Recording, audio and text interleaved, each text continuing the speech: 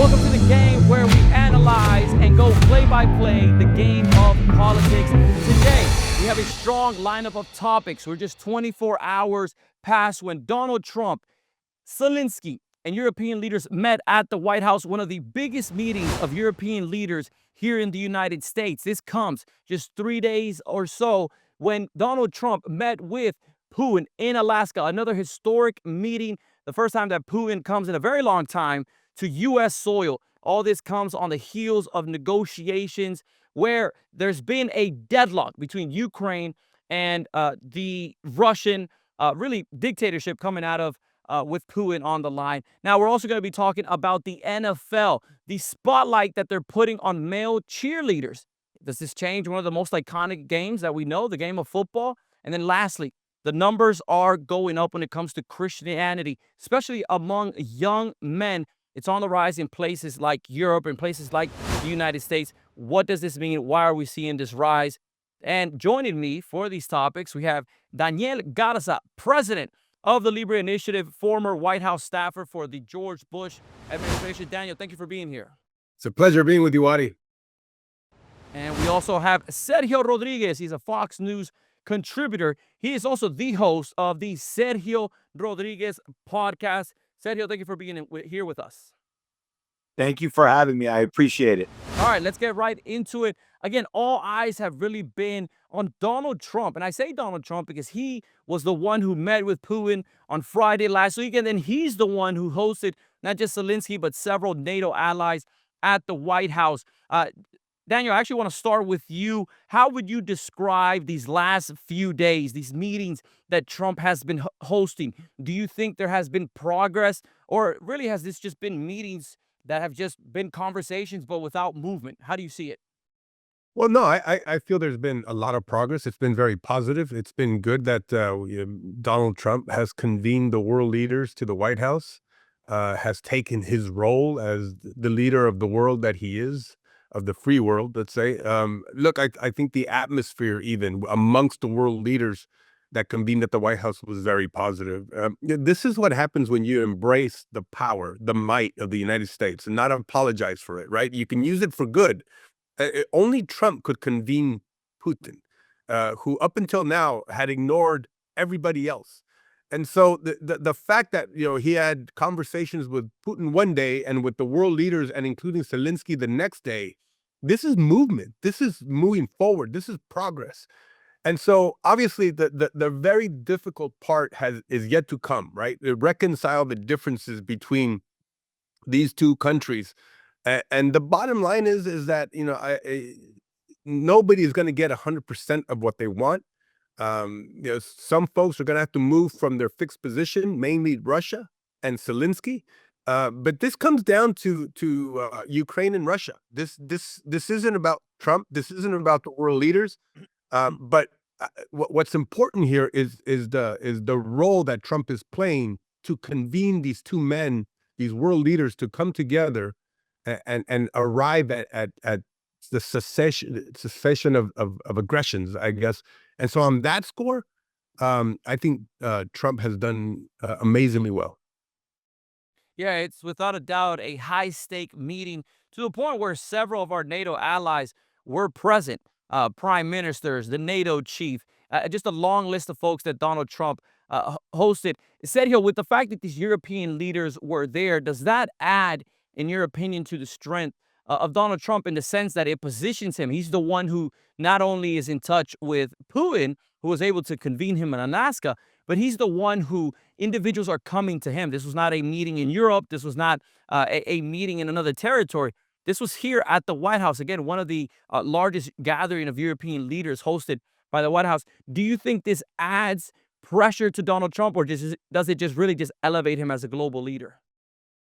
I think Mark Rutte being there was probably the most important piece of what you just talked about, because he's very well respected.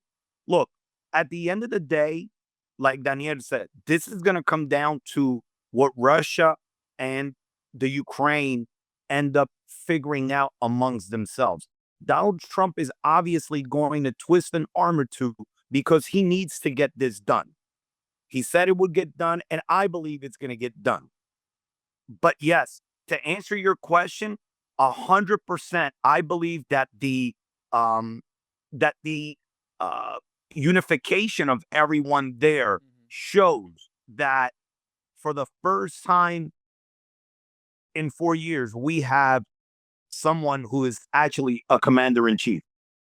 Yeah, someone who knows that in order to deliver, you have to have these types of conversations. Daniel, I want to get into some of the specifics. I think one of the key elements that has come out of this meeting is the conversation around security guarantees. People have talked about NATO style protections for Ukraine. In other words, that tells us a little bit. It tells us that the conversation isn't about Ukraine joining NATO, which we know for Russia has been very much a line because European leaders have said that they wouldn't include Ukraine. But these guarantees, we don't have the specifics. But what do you think this might entail? This seems to be something that even Putin sort of gave a somewhat of a head nod in his conversations with Trump. And then it also seems that our European allies, especially in NATO, have also given a head nod to. How do you see it? Do you think these guarantees might be something very specific tied to the United States?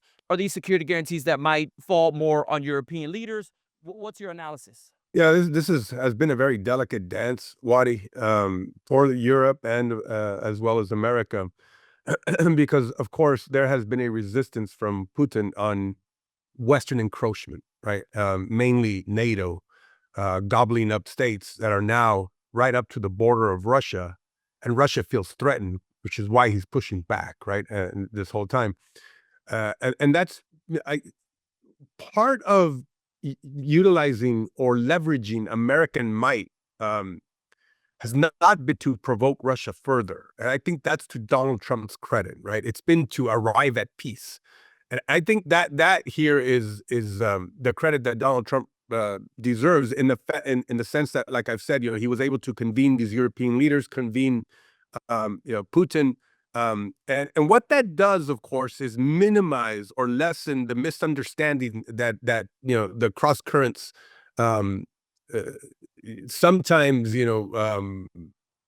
occur when people are talking in silos, right? They're talking in vacuums here, and so to arrive together and everybody get on the same page, understand the sensitivities that are happening, understand also Russia's sensitivities is important, right? To arrive then at these security guarantees if we arrive at a peace deal.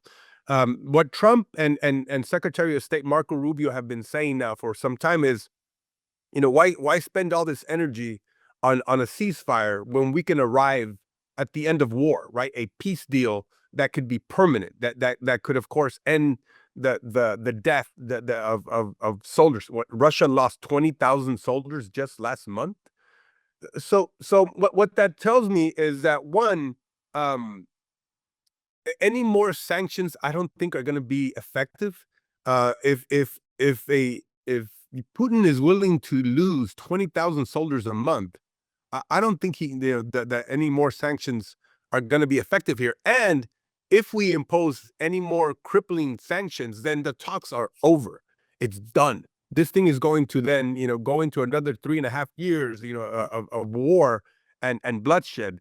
And that's not going to help anybody. So again, there's a lot of sensitivities. And to answer your question, my concern is that if NATO is proposing to put boots on the ground, that could be escalatory in the sense that, if then there are aggressions against European soldiers and deaths, then that is going to, of course, escalate the situation, which would provoke America to then enter into the aggressions because of the NATO agreements.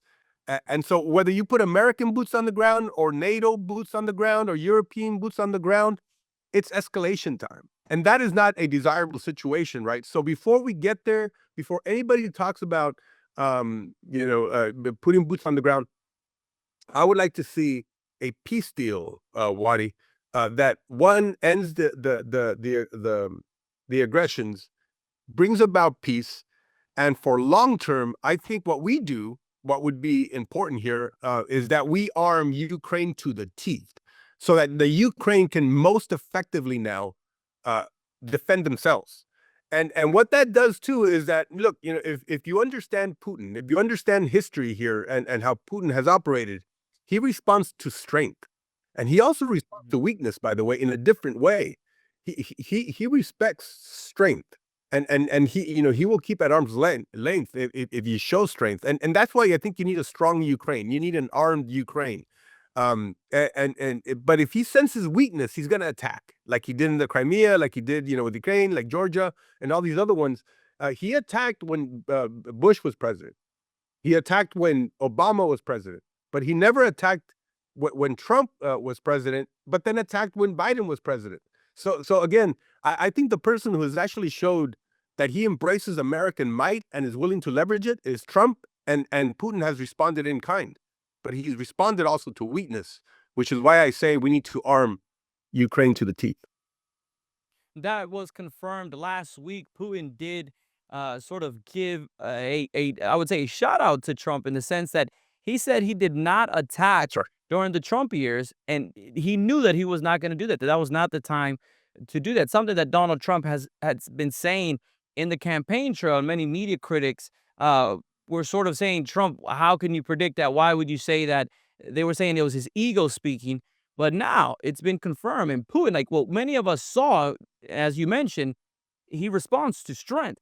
And there's something that without a doubt Trump does is he acts from strength. And we're also seeing that it's playing in his favor. But I want to get into that. Let's switch a little bit of the conversation and let's go into the political ramifications, the politics behind some of these foreign policy moves.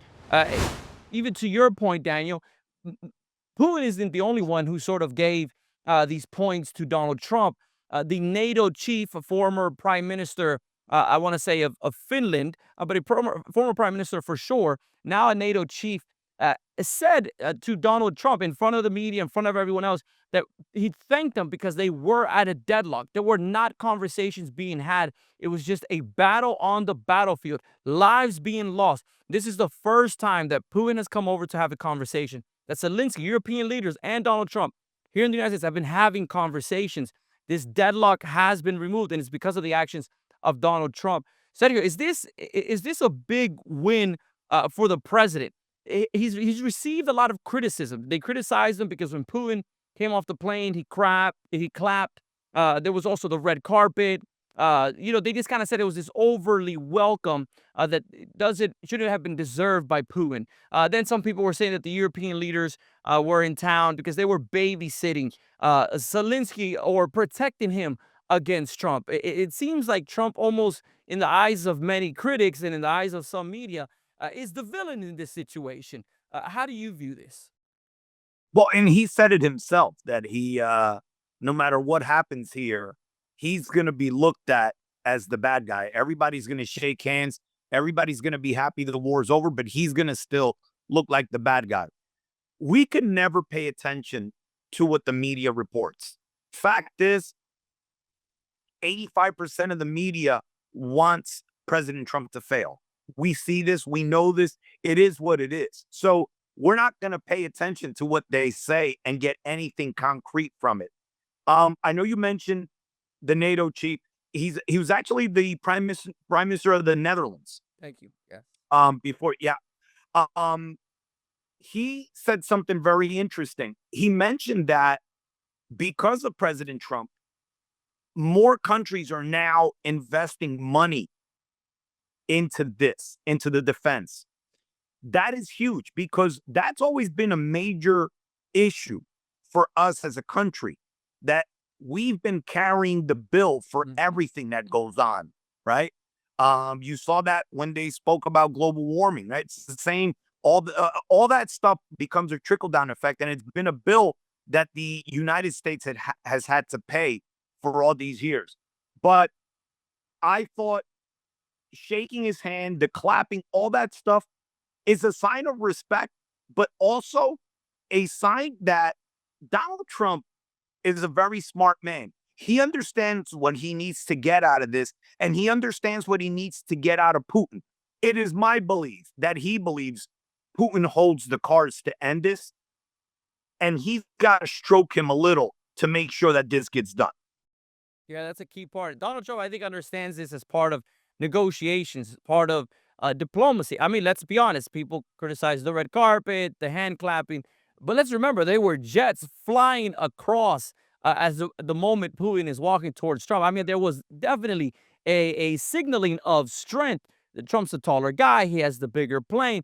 Putin was meeting him in Alaska, in U.S. territory. So I think there's no shadow of a doubt of who's sort of the person in power and in control here. Danny, I want to turn the attention over to Zelensky. I mean, we remember back in February where he met with Trump. I mentioned earlier in the show the criticism of not wearing a suit. Zelensky and JD Vance kind of get at it. He leaves the White House early, kind of leaves the country early.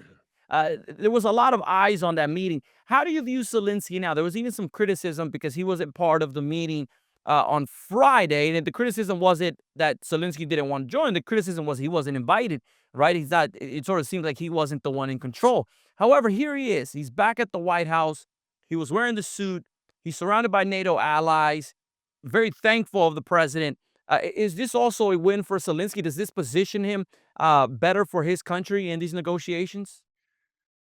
I suppose so, Wadi. I mean, I'm resistant to play the media's games of, the symbolism of this and the symbolism of that. But I suppose it does a role, right? I mean, if you show up in casual tack wear, then are you respecting the office? Are you not respecting the protocols of statesmanship, right? And are you cosplaying, a warrior, in time of war when you should be negotiating with the world leaders, right? In a suit and tie, the way you're supposed to. I mean, yeah, I guess there are certain expectations that are heaped on some people. And look, I don't know if that's his true personality, this sort of tack wear, or are you just again, cosplaying here as somebody who's just so knee deep in war, you can't be bothered to put on a suit. I don't know. Look, I guess what matters at the end of the day is not so much the symbolism and what you wear, but what are the results, right? And I think that's the end game that Donald Trump is trying to get to. Just trying to, sort of cut through all the layers of BS, that the media heaps on him, or, whatever the distracting articles are talking about, what somebody wears, or, a red carpet, or, who's taller, and flights overhead, and these kind of things. I'm a much more pragmatic and practical person. Let's end the war. Let's stop, the bloodshed. Let's get to it, right? And so what impresses me about Donald Trump is his ability to convene a very reticent actor in this whole game, right? And which is who has not talked to any other European leaders, ignores them, doesn't care to talk to them, but will trust Trump, to host him on his homeland in Alaska, and to begin the process of arriving at peace. And I think that's what matters the most. The way the media also pose questions as if they're the experts against Donald Trump, or the Secretary of State, Marco Rubio, on foreign affairs is laughable too, right? To me, as if they've sat down with these world leaders and have hammered out, the peace accords like he did with India and Pakistan that could have blown up, and gotten really bad. The blatant disregard of Trump's efforts to arrive at peace with like minimal loss of life. It's something like they care more about these issues, these other sort of distracting kind of things. He doesn't have to do this. He could spend his time and his energies on other matters. If 20,000 soldiers died next month, from Russia, Americans' lives are not, affected, unless you're a family member, living in America, of one of those soldiers. But otherwise, life goes on for us. We don't have to do this. Yet he has taken on the hardest conflicts across the world, and used his time and his resources and American might to solve this. No, but what the media and everybody else wants is to impose punishment and isolation of Putin, and to question Trump on giving Putin a platform. I'm sorry, we're trying to end the war here, and you have to engage Russia on this. their leader is Putin. And like, Isaac Rabin said, that the late Isaac Rabin, you don't arrive at peace by meeting with just friends, right? And so hats off to Trump for what he's doing, and I hope this ends well. Again, the toughest part is yet to come. We'll see what happens. Yeah, that's a quote to remember while these conversations are being had. Sergio, Daniel brought up the United States in the sense that we're not we are a key player in the conversation, but we're not someone being impacted directly the way obviously folks in Ukraine and in Russia. And then the sort of secondary impact would be on European leaders, on European nations. What do you think is the perspective of the American? What does the United States, what do citizens want to see come out of this? Is it to make sure that the U.S. doesn't get involved further than it is? Is it the reduction of help and resources to Ukraine? Is it just a separation or more involvement? What's your pulse on what Americans want out of this entire situation, and what is the role that they want Trump to play in it? I think the most important thing that um, that you can take from the American public when it comes to this is the aid to Ukraine. See, and Daniel said this correctly. The people of this country and the media have no idea about foreign affairs. No idea. We don't have the information they have. We don't understand what becomes an issue, what becomes a secondary issue, I should say. So I believe that the only thing they focus on is they'll say to themselves, well, we have starving people in, Chicago, in New York, in Los Angeles, but yet we're giving money to the Ukraine for a war that doesn't involve us. And so that is what I believe most Americans focus on and care about. But they don't understand, but we can't hold them accountable to those thoughts because I don't believe they understand the bigger picture. And I don't mean that in an insulting way, but again, we have too many things going on in our own lives to consume ourselves with foreign policy. Yeah, this is without a doubt is something that the American public, I think, will continue to pay attention to as these conversations are sort of coming to the United States. Again, this high stake meeting yesterday with Trump and European leaders. This is something we'll continue to cover here on the game because it's not going away. But I want to turn now to one of the domestic topics when we talk about the game, not only the game of politics, but the game also of what we're seeing of sort of in our society. And I'm talking about the NFL is now beginning to introduce male cheerleaders to the lineup. Now, I think many of us are used to sort of the male cheerleaders where it's the gentleman throwing the ladies in the air, catching them. This is very much different, where it's males dressed as female cheerleaders as part of the female lineup. This already we've been seeing backlash towards the NFL and towards the 12 teams that have announced that these folks will be joining their lineup. These fans are saying that the NFL needs to focus on the sport and not on social experiments. Daniel, do you see this a distraction from the sport itself? What's your comment here? I mean, I get it.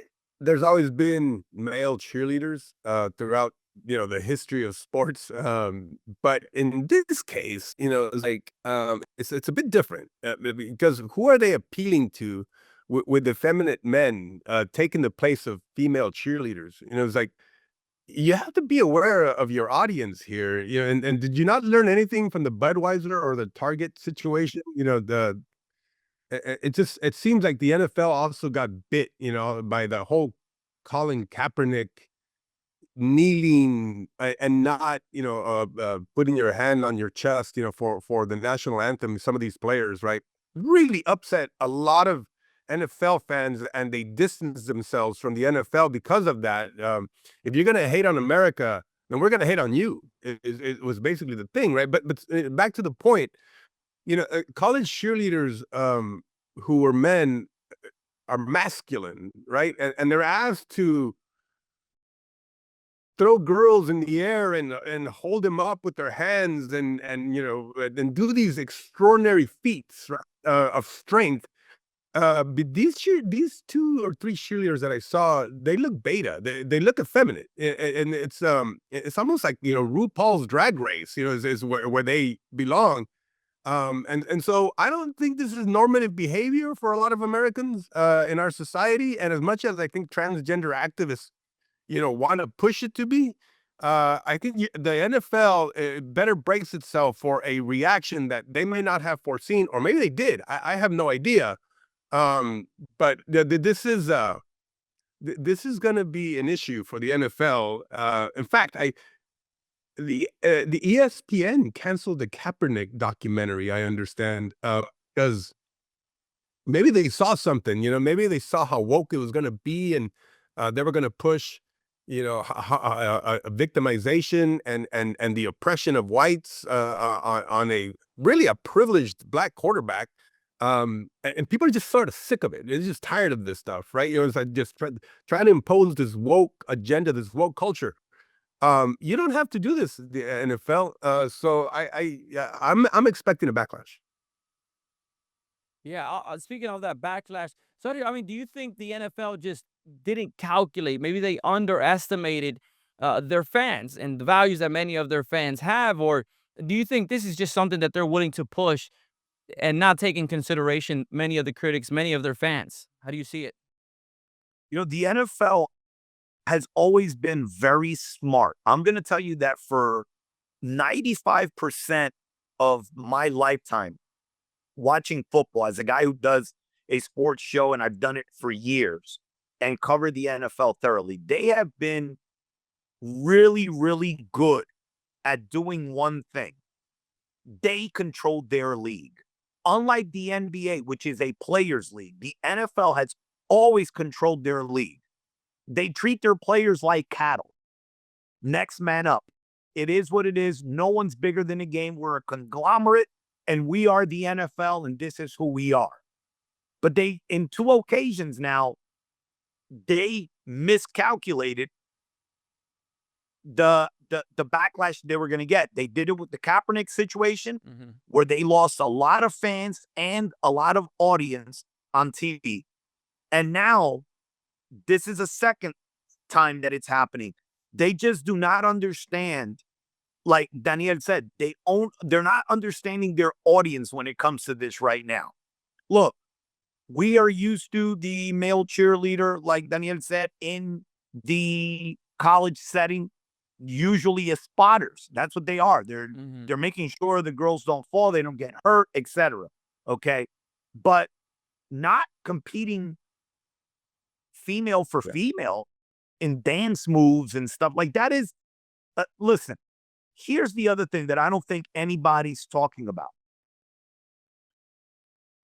Remember when the kid Sams got drafted? He was the first openly gay player. Okay. My son was 8 years old. My younger son was 8 years old. We're watching the draft, and as Sams gets drafted, he turns and he kisses his partner. Now, at 8 years old, I had to turn to my son and explain that to him. ESPN basically made my child grow up and parent him before I could. Now, I don't have a problem with the players being gay or who's gay. That's a separate issue. But I do believe that if I turn on a sports network or I'm watching a sporting event, that's what it should be kept to. Okay? When I go to church, I don't want a comedian walking out and speaking to me about comedy. And to me, when I'm watching football and I'm turning on Sundays to relax and unwind, I don't want to see feminine male cheerleaders on the sideline, because they are going to be the topic of conversation. I got news for you. So, yeah, I think the NFL is really miscalculating this.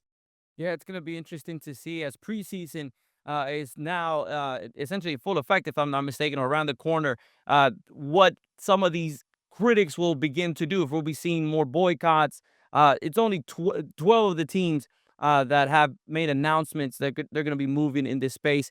It wouldn't surprise me if the Seahawks is one of those teams. I know my Washington Commanders I did not see on the list. So That's That enough. was a gratuitous shot. Mine, Seahawks. Uncalled for. This is unacceptable. It's just the truth of the game, man. All right, but turning the page to another topic, and on a positive note, there's a new revival going on with young people are returning to God. I want to read some of the stats from a new study. Belief in God among 18 to 24-year-olds has tripled in the last 4 years. Church attendance, the figures are going up. According to two polls, 2018 and 2024 shows a 50%, 56% growth of adults going into church. These numbers are very positive. We've heard a lot of these new generations, especially among young folks, sort of addiction to the phone. There's the rise of pornography. There's also the rise of loneliness, of people being isolated, not having community, not having faith, a lack of purpose in this space. I mean, these polls are positive as I see it. Daniel, what do you think is drawing this new generation to come to church, to look for a space for faith in their life? That is a very positive trend that is happening, where people are looking to attend church. They're seeking God. I think there is a new awareness of what values and norms and principles do to a society, a healthy society, that they seek self-esteem, I think, in virtue, in character, in godly biblical principles, is a good thing for society. It always has been through the arc of history. The making good decisions. I mean, look, the fact is, the optimal situation for a young person is if you stay away from illegitimacy, if you stay away from prison or any kind of a criminal history, if you go to school and get a diploma, these are all good decisions that will position you for success in life. You'll have better friendships. Your dating and intimacy are going to be healthier and improved as you make deliberate, healthy decisions. The family dynamics in your life are also going to be better. There's better social connection. All these things are matter now to, I think, young people who were seeing, I think, in the last 20 to 30 years, because of wokeism, a turn away from normative behavior, from those things that make society healthy for raising children, that there be values, right? And so nobody offers better values and principles than Scripture, in my judgment, right? And so for young people to turn to church, once again, in droves, by the way, by the millions, and it's not only happening in America, you're starting to see it in Europe as well. I just saw an article where in the UK, they are seeing significant increases in church attendance by young people. I think for far too long, folks on the left especially saw politics as their religion. Advocacy and policy change, that's important stuff, for a society, but that's not going to give you fulfillment. What gives you fulfillment is to realize your relationship, with the Creator, and that's what young people are seeking, and I couldn't be happier. Sergio, I want to ask you about what do you think is the opportunity here for churches and for faith leaders? How should they be leaning into these stats? I mentioned earlier, and I think Daniel did as well, that there is a rise in loneliness and anxiety, mental health. Again, people who are dealing with depression. There's an isolation that we've seen in the community. As faith leaders, as churches, how do they build on this momentum? How do they reach out to communities?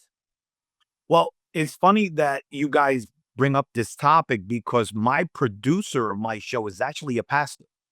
And I speak to him all the time about movements and how they go about doing things. A lot of youth stuff that they've been doing over the last couple of years is finally beginning to pay off in terms of getting these kids into becoming young adults who follow the Scripture and go to church. But I'm going to tell you something that I believe has been a major part in this. I believe that the new wave of, or let's say the younger pastors of this generation, have done a better job of explaining the Bible and not enforcing certain things to the congregation. You know, I can tell you that a lot of the uh, churchgoers of that were adults when I was a kid, I felt like when I would go to church with my mom and we were Catholic, but she had Christian friends, it was almost like it was, so stringent. It was like I would do it and it was embedded in me. But now I hear the way my nephew, who again is my producer, speaks about some of the events and how he Mhm. interacts with a lot of his congregation and how he speaks. And I'll give you a perfect example.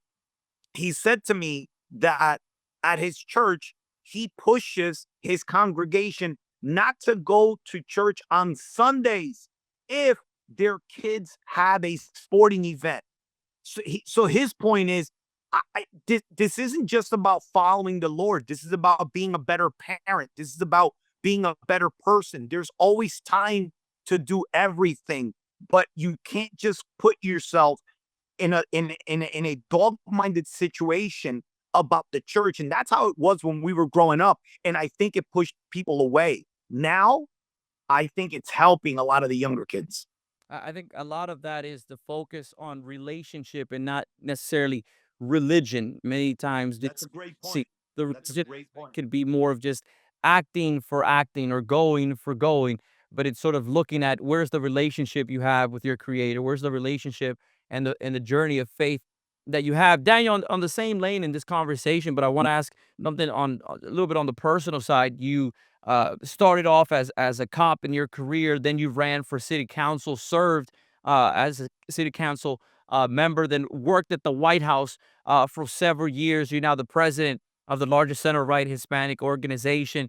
I think many people would look at his resume and say it's been one of success. What would you say is the role that your faith played through this entire journey in your career? Yeah, thank you for that question. Unexpected.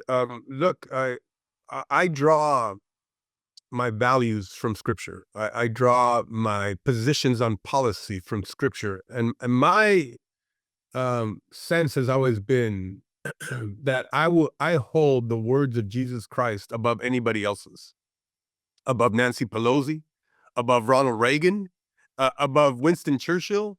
And so why would I check the words of Jesus Christ at the door when I walk into the halls of government and only echo the words of politicians? To me, that makes no sense. I am who I am because of my Christian faith. And so whether I am a police officer or a councilman or working at the White House or now running the LIBRE Initiative, I draw from my Christian faith. I draw from scripture. And I don't care if some woke person or leftist doesn't like it. I'm not going to apologize for that. I am who I am. And I will advocate for those principles and those values that I feel will strengthen America, my country that I love, Mhm. it will give us a better direction for my family and my neighbors and my community and my country. And so, again, I've learned through my experience what principles I am going to advocate for and which ones I'm going to oppose that I feel are going to that are not healthy for this country, that are not that are going to put us in an undesirable situation. So sometimes that means I'm going to step on the Republican Party, and sometimes, almost a lot of times, I'm going to step on the Democrat Party, uh, or I'm going to oppose a certain politician because of my biblical principles. I don't care. That's who I am. I'm not here to be validated by white people, by Latinos, by the Republican Party. I fear my God, and that's who I'm going to honor and whose principles and word I'm going to uphold above anybody else's. Yeah, thank you for that, Daniel. Thank you for your analysis today. Also, thank you to Sergio, to both of you guys for joining us on this episode to talk these key topics, which we will continue to follow throughout the weekend as they continue to develop here on the game, where we go play by play, analyzing the game of politics. Thank you for joining us on today's show.